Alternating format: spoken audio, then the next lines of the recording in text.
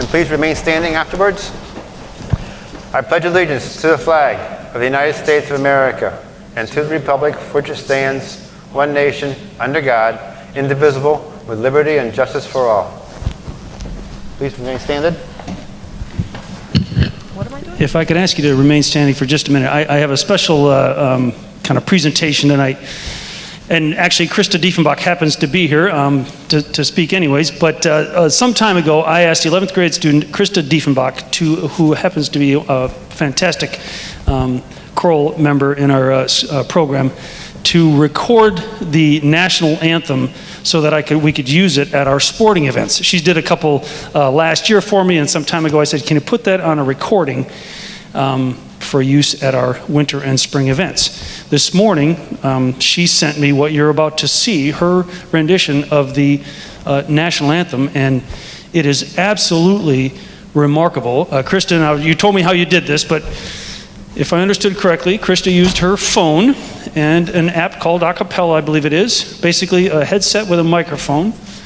She sang a baritone, tenor, and soprano part, each part 3 different times, kind of disguised her voice or used different tonal techniques, right? Each time she did it, so she ended up with 9 parts. She mixed them, I guess whatever the term is, put them together, so it sounds like an entire chorus. And I asked her, how did you sync it so it would all, did you mix it, or how do you get it all to come out on the same note and the same timing?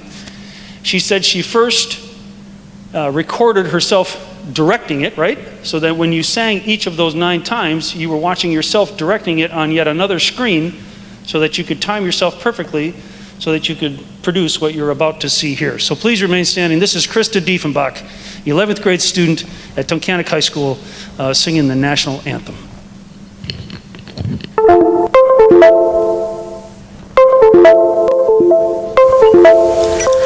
Oh, say can you see, by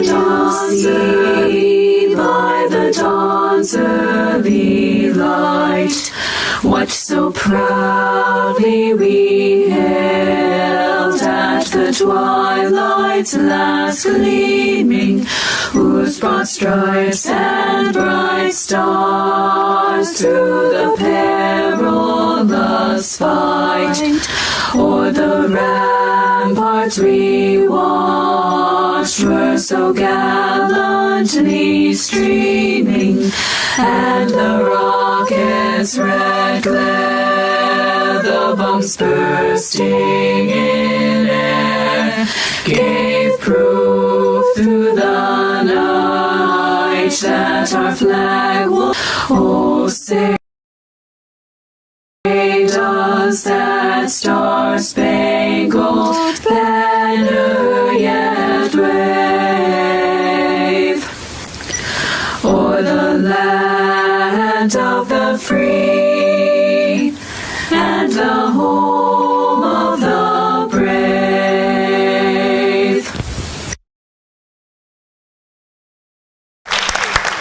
Krista, that was absolutely beautiful. I got the same set of goosebumps and misty eyes that I got the first time I watched it this morning. Thank you for doing that. We're going to put that to good use.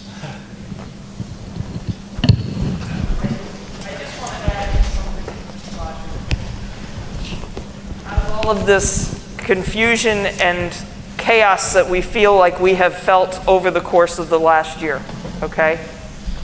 That's the kind of innovation. That's the kind of learning that we have done. And so I also have goosebumps, and I just really applaud your efforts. I applaud you helping Mr. Bosher and being an inspiration for everybody. So thank you.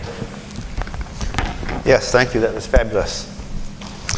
I'd like to minutes to reflect that we have an executive session prior to the meeting tonight for personnel issues and meeting with our external auditor regarding the audit for the year. Are there any comments on agenda items? Anyone have comments or questions on the agenda items?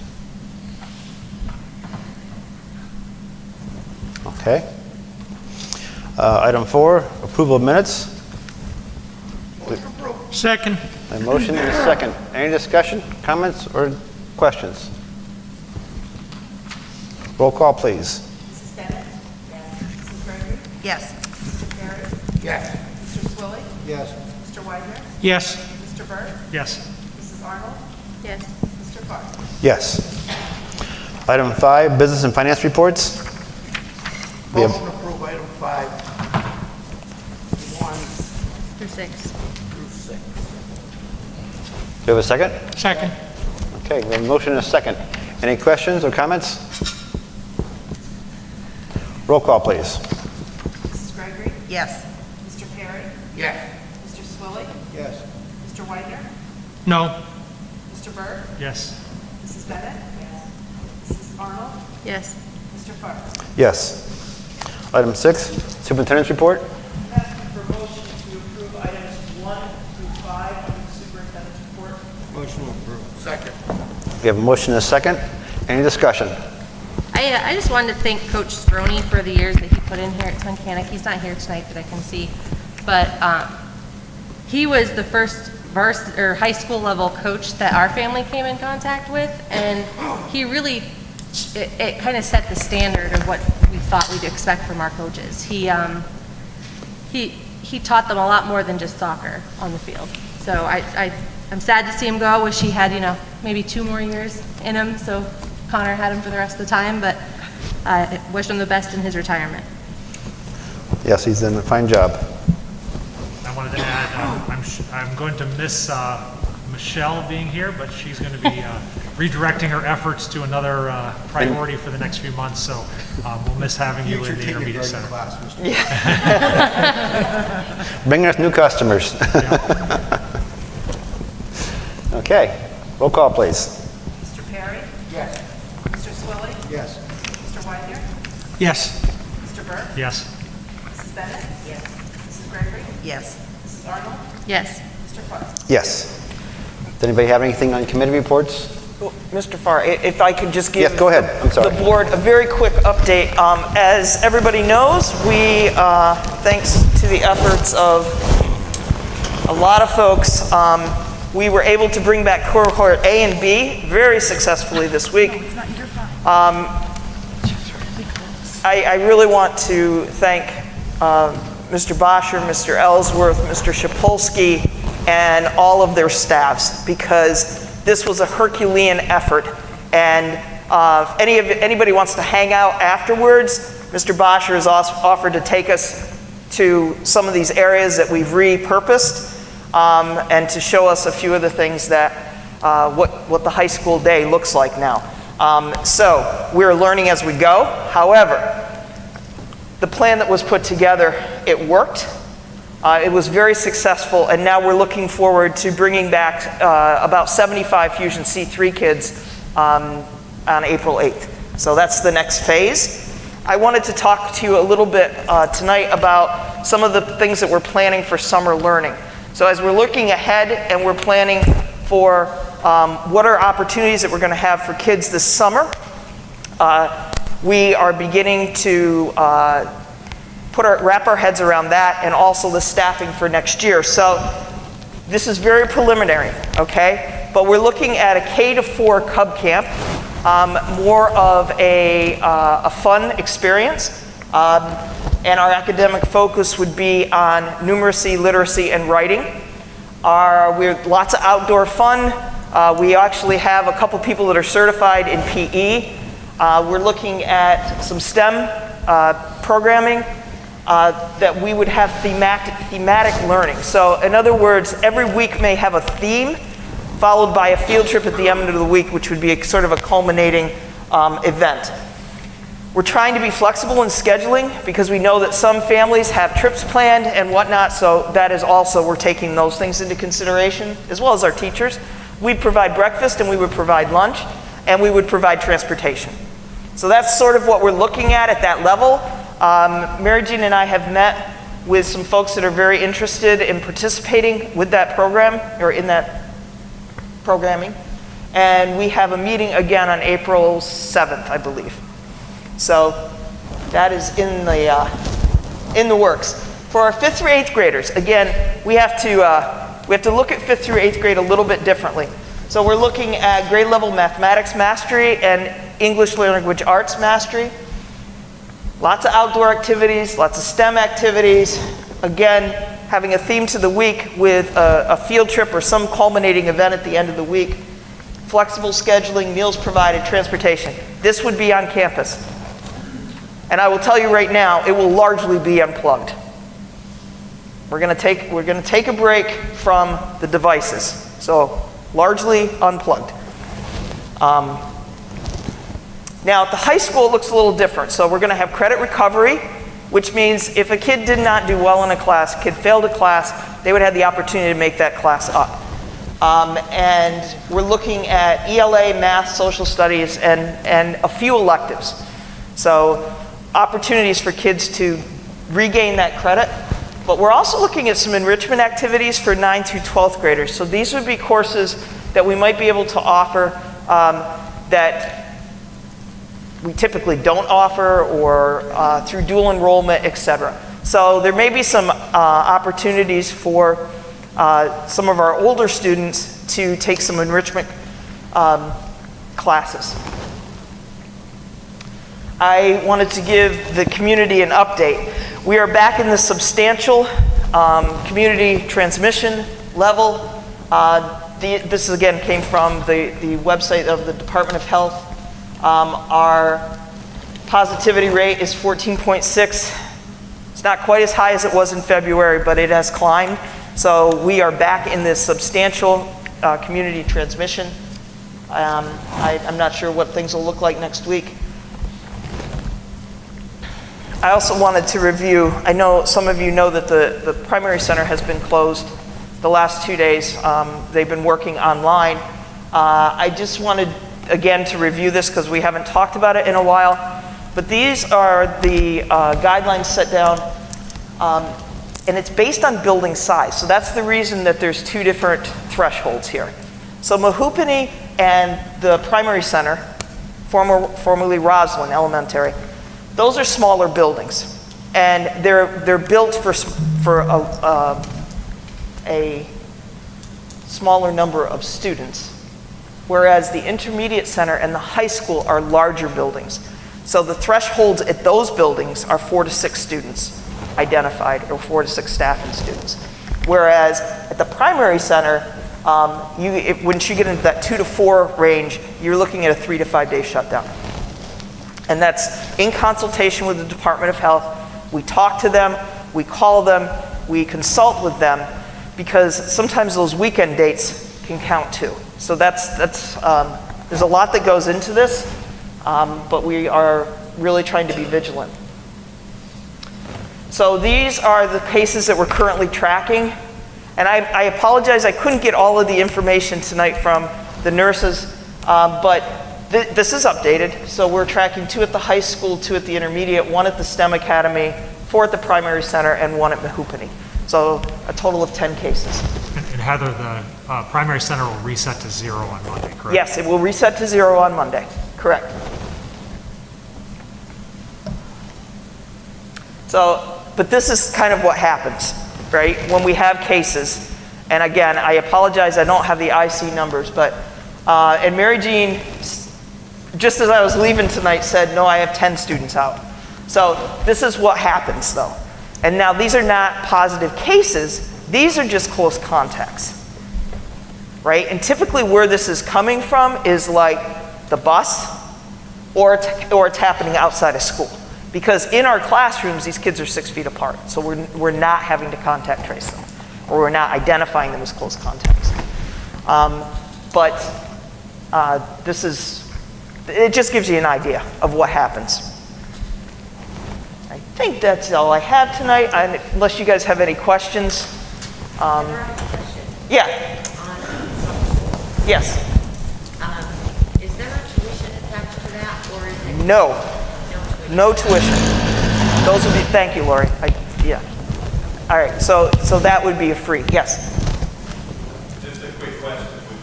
With those enrichment activities for the high school, that include like red tile as well, or are students looking at that? I don't know yet, Craig. We're still working on identifying what that would look like. That's probably the least developed piece of this, but I want to get some things so kids can actually take maybe another course that they couldn't fit in. Yeah. Anybody else have any questions? Board members? Oh, I'm sorry. So how is it getting paid for them? Okay, so we have some grants that are coming in from the federal government, and we must use 20% of that money towards like credit recovery, towards academic gap, closing that academic gap. So whereas I do not have any kind of criteria established for this yet, I mean, we're still looking at the numbers. We should have that next week. We would not be charging tuition for anybody that wants to do this. And what would a day be like a start to end for the student? I don't know yet. I haven't gotten that far yet, okay? But yeah, I want you to understand that we're starting to work on this, and that it would be free, that there would be transportation, and there would be meals. And this would be required, like in summer school, like for students who are falling behind, or if you want your kid to go, or? Probably both, all right? But I don't have the details on that yet. I will. I want to say one more thing about this, though. We are attracting a large number of education majors. Okay, so these are kids, we've put this out to our staff, and we've had a number of our staff say, yes, I want to be part of this. If you know, or if you are, a college student that has 60 credits in an educational program, we would love to have you email me or Mrs. Egan and say, hey, I'm available this summer. Even if you're only available for 4 weeks, we will use you for 4 weeks. So anybody that's returning home from college that is an education major, please, please, please reach out to us, because we could use your help. We're going to have a lot of fun. We're going to do some things differently.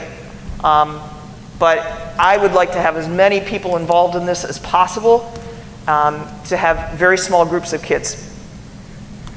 So, any other questions? I'm glad I remembered to say that, because I wanted to put in a plug. It's posted on the website as well, and we have talked with all the universities that are local, but not all kids, not all ed majors are local. So, if you know of anybody, please have them reach out to me. Thank you. I just want to say thank you to the administration, staff, for putting together the plan and executing in high school, specifically Todd and John. You guys, I saw you working around the clock kind of at times, weekends, and so I really appreciate the hard work, the planning, and then our teaching staff. We have people teaching in different places that they're not used to, so just a really good overall effort, and I'm really happy to see it, so thank you very much.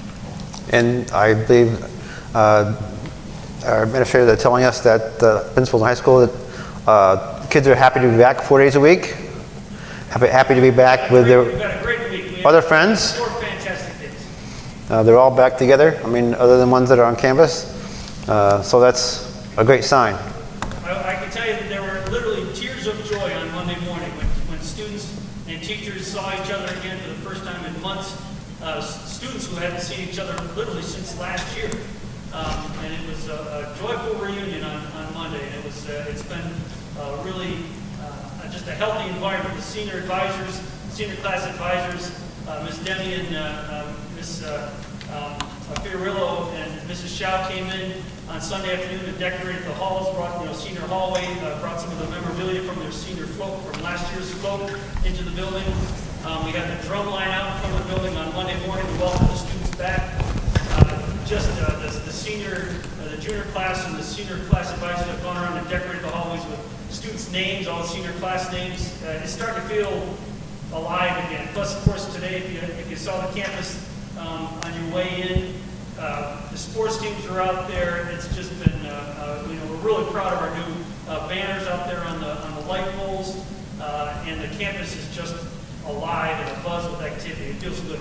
Really exciting. Wonderful. I also want to give a shout out to Mrs. Egan, because 7th grade is sort of the anomaly, but 7th graders worked really hard to come up with a plan to bring those students back to it, and so that's been very successful. Yeah, and I should not have left you out of that, so I apologize. And I will say also, 7th grade coming into this had some pretty impressive plans for what they were doing and how they were handling the virtual stuff. And so that live streaming that was going on there, even up to this point, was great. So thank you. Yeah, they knocked it out of the park. You know, they'd had a couple of years practice with the Canvas and platforms and all kind of stuff, but they really seem to have stepped up. I've heard a lot of good things about the 7th grade teachers. I also just wanted to say, I know that there was some skepticism about how it was going to work, having kids in tents or in the auditorium and things like that. I can say my younger son in 8th grade doesn't have, I don't think, a single class in the classroom at this point because of the classroom sizes, and that was not even on his radar as being a problem when he got home. The only thing he was disappointed about was that all his teachers knew better than to put him next to his friend in class. Like that, but that friend who Sunday night they were all talking for like an hour in text messages and phone calls about just being able to see each other all at the same time the next day. That hadn't happened since they went home last year on March 13th. So it was very exciting at our house. Yes. Glad to get a few steps back towards normal life. Okay. Anything on for committee reports? Okay, nothing. New business. The Visa account is there for your review, as well as the summaries of the Kelly Services substitute teacher fill rate. We have some other additional items. Item 3, the career interest survey. Looking for a approval for that. Second. The motion and the second. Any discussion? Roll call, please. Mr. Swilly? Yes. Mr. Wagner? Yes. Mr. Burt? Yes. Mrs. Bennett? Yes. Mrs. Gregory? Yes. Mr. Perry? Yes. Mrs. Arnold? Yes. Mr. Farr? Yes. Item 4, looking for approval for the high school curriculum guide. Has there been any changes this year? So, yeah, well, I'll say from the curriculum committee, the booklet went around. There weren't any major changes, but one thing I thought was really interesting, like with everything that's on everybody's plate right now, they were still going back through and optimizing this in places where it probably didn't even need to be done this year in that way. Like, I like that the attention didn't stop on the stuff that we would have been doing if COVID wasn't here. So correct me if I'm wrong, or you guys can speak to it. There's one change on math that they changed a prereq for geometry before Algebra 2. And then the other thing was in the CTC programs, we changed some of the names and the organization of some of those programs. And Greg, if you want to talk more to that, you can. But every year we realign a lot of our curriculum to meet the standards of industry, both locally and the state. So we go about doing that. We just condense some things, combine the two areas, and we always try to update some of the titles. So that, when people are looking at it, it's up-to-date names, up-to-date concepts, so the kids know, so the parents understand what they're looking at in the curriculum guide. And there's some sales that goes into that too as well. So that's what we're trying to do. Okay. Do we have a motion? Motion. Second. And a second. Any other discussion? Roll call, please. Mr. Swilly? Yes. Mr. Wagner? Yes. Mr. Burt? Yes. Mrs. Bennett? Yes. Mrs. Gregory? Yes. Mr. Perry? Yes. Mrs. Arnold? yes. Mr. Farr? Yes. Item 5 is looking for a resolution to approve the independent audit by Murphy, Doherty and Company. Second. This is an annual audit that we perform. All school districts are required to do an annual audit. Mr. Berg, can you give us some details of that? Yep, just a couple of comments on that. So like Phil said, this is an annual audit, and we received a favorable rating from the independent auditor. So the financial statements, we believe, are in accordance with generally accepted accounting principles.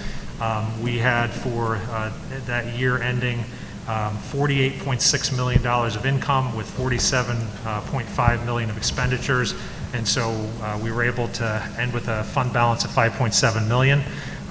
The outstanding item that still remains, and the reason why we carry a fund balance that large plus a little bit extra, is that pension liabilities continue to be a large item. And so the district's pension liabilities are just about $67 million if we look at our payroll. Can you say that again? 67 million. Correct. Yeah. In pension liabilities. So we run a payroll of about 19 million, and so our pension liabilities are 66 million. That includes our share at a state level for what our payroll is. Yeah. And our contribution percentage of payroll this year is like 35% roughly. So for every dollar that we pay 35 cents additional for pension. And that goes up to, didn't they say 35% next year? About? Christine said a little shy of that. So the projections, we had discussed this, I think, over the last couple of years. I think after a few years, the anticipation was that percentage would start to flatten out, but unfortunately that trend has not yet manifested. So we are still seeing increases year on year. Well, a few years before that, it was supposed to be going up and then come back down again. Then it was going to go up and level out. Now it just keeps going up. Yeah. So this. And to make sure that everybody understands, that is not something that the district can influence. That is a fixed number that is established by the state based on the pension commitments that the state contractually is obligated to. Yeah. They tell us how much. We don't have a choice. Okay. We have a motion and a second. Any other comments on the audit? The only other thing I will comment, this is more of a historical item. Back in 07, 08, that percentage was about 8%, and so 33% of our payroll today, you're looking at somewhere in the neighborhood of Tuncanic's on the hook on a yearly basis of about $3.2 million. And so I don't have the payroll from 2007 with me, but if you look at the differential there, let's call it somewhere in the neighborhood of $750,000. And so from a local district's perspective, $2.5 million of our income goes toward pension liabilities versus 13, 14 years ago, that was less than $1 million. And so that's, it's a commitment, we have to pay it, but it does make educating very difficult with maintaining buildings and quality programs, knowing a good portion of that goes toward pension obligations. Yeah, that's an uncontrollable cost for us. Right. Okay. I would also just throw out there, for anybody who's not familiar, this is the audited financials. Like they said, that's just the routine thing. Once that is approved by the board, it goes online, and it is 1 year behind. So if you were to go onto the school district website now and go to budget and audited financials, you'll see all the school year budgets, and then the next category down is all of the audited financial reports. So this one will be added to that. The most recent one up there now is 18-19. This will be 19-20. So there is no secret here. It's just the procedure is we have to accept it or challenge it, and we're accepting it, and then it'll be posted online. Thank you, Holly. Anybody else? Roll call, please. Mr. Widener? Yes. Mr. Burke? Yes. Mrs. Bennett? Yes. Mrs. Gregory? Yes. Mr. Perry? Yes. Mr. Swilly? Yes. Mrs. Arnold? Yes. Mr. Clark? Yes. Item 6, superintendent's contract. Contract is coming up, and this is the meeting that we need to decide on a additional. It's been proposed a 3-year contract. Everything else remaining the same, with the exception of the addition of a health insurance benefit waiver, identical to what is found in the teacher's contract. So it'll be for 3 years. Second. We have a motion and a second. Any discussion? I just want to thank Heather for the work that she's done over the past few years, and I'm looking forward to working with her over the next few years. If we look back at, I think it's been 4 years now, 5. Okay, time goes by quickly, and so Maybe for you. right. Maybe for me, but not so much. This year drug on. Yeah. And it's been a really challenging couple of years from a payroll perspective. One of the reasons why you were brought in was to try to control costs and get us to a balanced budget, and that was done pretty quickly. And that's a pretty momentous task that you led up with, obviously, the team that you're working with. We went through the charter school as a possible change in our district. We went through consolidation as part of that, and obviously now we can add COVID to the list. So it's not been an easy 4 years. But thank you for the work you've been doing, and looking forward to the next few years. Yes, thank you. Yes, Bob? Is there an implied percentage increase? Percentage increases are based on the evaluation, and it's the same percentages that were in the current contract. So if it gives a good evaluation, it's a higher percentage. Poor evaluation, it's a lower percentage. Job performance. I'm gonna steal Missy Bonis's thing that she would be here saying if she were here tonight and not just watching from home. That this is all that we've accomplished in these 5 years with the budget, with consolidation, with the charter school, with the COVID, with all these things. And while Heather and I might not always see eye to eye on things, I can only imagine what we can do because we came so far, so already, even amongst those challenges. So if we don't have another COVID or another charter school or another consolidation or any of those things in the next 3 to 5 years, I don't know what this school can look like in that amount of time. So I'm really excited to see that. And thank you. Yes. The very much different situation that we're in than we found ourselves 5 or 6 years ago. So we're very pleased about that. Okay, anybody else? Roll call, please. Mr. Burke? Yes. Mrs. Bennett? Yes. Mrs. Gregory? Yes. Mr. Perry? Yes. Mr. Swilling? No. Mr. Widener? Yes. Mrs. Arnold? Yes. Mr. Clark? Yes. Okay. Any other comments? Yes.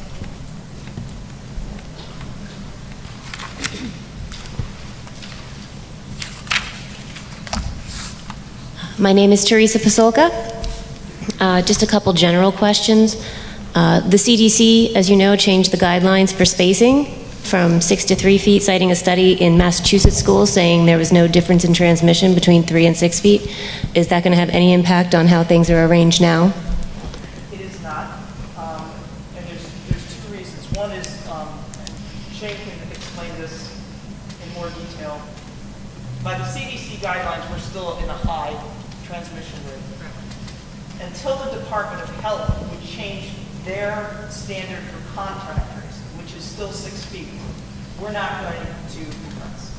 So we believe we can bring kids that want to come back. We believe we can bring them back. We can still continue to socially distance. Remember, not all of our staff is vaccinated yet, right? We can still continue on this path. If the Department of Health changes the contact tracing, then we'll consider it. Okay. Okay? Okay. The only thing I will add too is, Teresa, the CDC guidelines 7 through 12 is cohorting, and so it's 6 feet unless you're cohorting, which we're not doing. So the guideline didn't change what we're doing 7 through 12. Yeah, there is a difference between elementary and high school in their guidelines. Okay. Okay? All right. And I see that you're working on a plan for the summer. I've asked several weeks ago, have you started working on a plan for the fall? And do you have any information on what that is going to look like? I do not. Not prepared to share with you tonight, but we are starting staffing discussions. Okay. Where we're going to have people placed. Can I ask, does it involve 5 days a week? Yeah. Okay. Unless or until that changes. Well, obviously, I mean, I don't expect you to have a crystal ball and predict what's going to happen in the fall, and if cases go up dramatically again, I don't expect 5 days a week. I would like that to be plan A. Of course, you're going to have multiple options, but I ask that if plan B or C involves having to go partially or completely virtual, I suggest or ask that we take a hard look at how it went this last time and make several adjustments so it goes a lot better. I mean, on many levels, technically, you know, curriculum, everything, because that is a possibility that that could happen again. And so I think we should just take a step and learn from what didn't go well, because it seems like a lot of things could have gone better. Teresa, I personally, okay, can tell you that every day we are learning. And every day we are attempting to get better. And if what that man and that team over there did to accomplish bringing folks back isn't evidence of that, I don't know what is. We're not perfect. It hasn't been perfect from the beginning, but we have been trying to make it better. We have tried to learn. We don't know what we don't know. I understand that, and I'm not implying criticism. I'm just saying, I'm not taking it as criticism, okay? But what I need you to understand is every day we learn something new, and every day we try to make it better. And That is the motto of this team. And it may not appear that way, but I promise you that everybody on this team believes in that, and we strive for that. And next year will be better. Okay. Okay? I promise. I think one benefit is that we've now shown that we can have the kids here socially distanced. I would struggle to see a scenario in which they're still calling for 6 feet of distancing in the fall, so that could only work to our benefit, even if there is still some aspect of social distancing in the plan. Even if there was some aspect of some kind of masking, only if we had no option. I think it's going to be the biggest thing we're going to have going forward from this year, which has been a huge struggle, but it's going to pay off, is having our curriculum online. We won't need to rebuild that from scratch in the fall if we were to have to use it.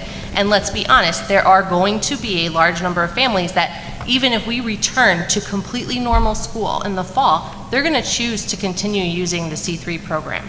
And we're going to be ahead of the game because they'll be able to use our program and not Agora and not Commonwealth Charter or what some of those other ones are. Not only that, Holly, but we don't even have to purchase a canned program. Right. Because we have our own. Yes, and that was some confusion. I saw it as recently as this week, that we don't, we certainly have had C3 before this. Dr. Carroll's been running it before. Why are we now having to do this? And it's because in the past we had such a low number of students that were using it that we didn't build our own curriculum for it. Right. And now we are. So that is what that change was. That's what the shift was. So that is a hardship that we're carrying this year amongst all the other hardships, but it is going to pay off in the end. And that's a growing pain that, of all the other things that, all the other pains this year, that's one that will actually be able to get some equity in. The package program, accelerated education, which was purchased, which is at a great cost. This is not our own curriculum, so what they did in Brick and Mortar was much different than what we did on Fusion, and now everything has equity because it's the same program. And not only that, and I mean, maybe nobody else even needs to hear this, but it's something that I'm excited about. It's going to have a benefit outside because, like Dr. Carroll just said, we didn't have our program online. So your kid is going out and having surgery and going to be out of school for 6 weeks. They can jump on that program, which doesn't match what they're doing in class at all when they return, or now they'll be able to get on our own program with their own curriculum and have less of a gap or less of an adjustment to that. And I can't think, I'm sure there have to be other scenarios where this is going to be a benefit besides just those narrow, limited things that I can think of. So it will be good. We won't have to do that in the fall. That should eliminate some of the time out of school if we were to have other COVID-related stuff or whatever the next pandemic that we have is. I think a lot of those things will be worked out already, and I know I personally, as a school board member, can't speak for anybody else. When you talk, Teresa, when you talk about like Plan A, I'm talking about Plan capital A in bold letters, underlined it, whatever. You want to talk about the other ones, like that's only if we have no other option, in my opinion. Thank you. Yes.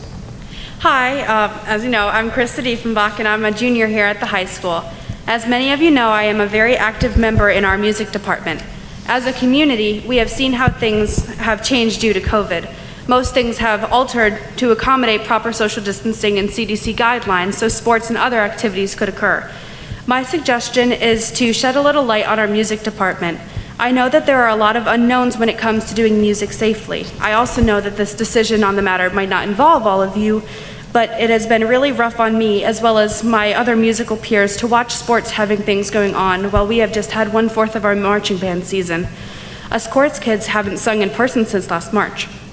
Another thing to mention is that with us back to 4 days a week, we don't have the time in our schedule anymore to sing. Before, we would sing during our class time at home on the days we didn't go to school. Now, in order to keep up with the voice parts in the songs, we need to use our own time to practice and more. Singing is a craft, and in order to get better, we need to have constant practice just like sports. With that comes comments from our teachers telling us what we are doing right and what we can do better. The feedback from our teacher is a crucial part to develop musical skills. As I said before, I know there are a lot of unknowns, but I just wanted to share how we're feeling and ask that you shed some light on this subject in the future so that us music kids could have a little bit of normalcy too. Thank you for all that you guys have done. It has been truly incredible to be part of this district, and have a great night as well as an Easter break. Thank you. Krista, stay tuned. It's in the works, okay? All Thank right. you. Okay. Thank you. Hello, Bobby Jo Root. I have a daughter in 12th grade and one in 10th grade. And I just wanted to take a minute to thank you all for the work that you're doing in trying to put together a summer program. I appreciate that, and I'm really anxious to see more details on that. As far as looking at the fall, I know it's still a little early, but of course as parents we're all anxious to see what that may look like. At the high school level, typically schedules for the kids start around this time of year? Is it April or May? The kids start scheduling. Right. Yes. Is Yes. that usually in April or May? Yes. Okay, so when they start scheduling, how are we looking at building class sizes and stuff? Like when, I know you can't answer us today, but when do you plan to have a plan in place for the fall and what that's going to look like? I know that there have been things that have been started already at the high school level. So they are looking at what needs to be offered. They're looking at scope and sequence. Todd, I don't know whether you want to add to that. The very first step, and just the very first step to scheduling is getting that curriculum guide approved. So now that that's taking place, we're actually meeting with the school counselors tomorrow to take it to the next, to get that ball rolling. The school counselors are poised and ready. Math teachers are making recommendations. They're handing those in this week. We're looking at the students coming back to Fusion C3 for April 8th. I mean, literally, like tonight was the tipping point to get those wheels in motion. We are very pleased to have the students in the building. And last year we did that. We used an online model for scheduling. We learned a lot about doing it online, but we learned that we prefer to do it in person. Now that we have, well over 2/3 of our student body in the building, we'll be able to do that face to face again. Which is much more effective. But literally tonight was the first step in scheduling for the fall. Okay, so when we're looking at scheduling for the fall, are we going to be considering the class sizes in case we would be in a similar situation come next November, so that we don't have to utilize tents and extra spaces? Are we trying to minimize the number of kids in a class, or how is that going to affect, I guess, classes offered in scheduling? A lot of class size is largely dictated by staffing. The staff members are able to return to fall, staff members that aren't able to return to fall, staff that have some retirements. I know there's some grant funding going on, and a lot of it comes down to class size is largely driven by staff. Okay. And requests by kids. Yes. Because, if only 2 kids request a class, we're not going to run the class. Okay. So, Do you yeah. think it would be fair to say that by the end of this school year, we'll have an idea of what the fall is going to look like? You will have an idea to the best of my ability to give you Based on the situation of where we're at? based on what I have in June. I just don't know what it's going to look like. I do agree with Holly, though.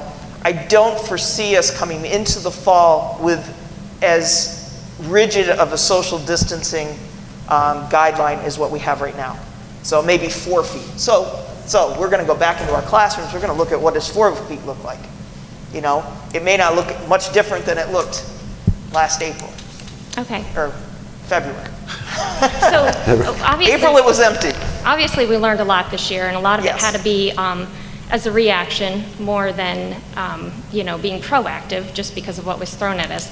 But now, Yeah. having learned what we have learned, and I know that we're always learning something new, but are we going to take that into consideration so that we have our plan A, as Holly said earlier, in place, but that we have our B and C already ready for when it blows up? Because I think this year, obviously, it was very difficult to do that, but now that we have that experience, I think that's maybe even where Teresa was coming We know a lot from. more than we did. Okay, so I'll look And forward we are a lot more agile than we were. Okay, so I'll look forward to the upcoming board meetings when we learn more about the summer program and hopefully our plan for the fall. Yes. Thank you. Anybody else? Motion to adjourn. We're adjourned. Thank you very much.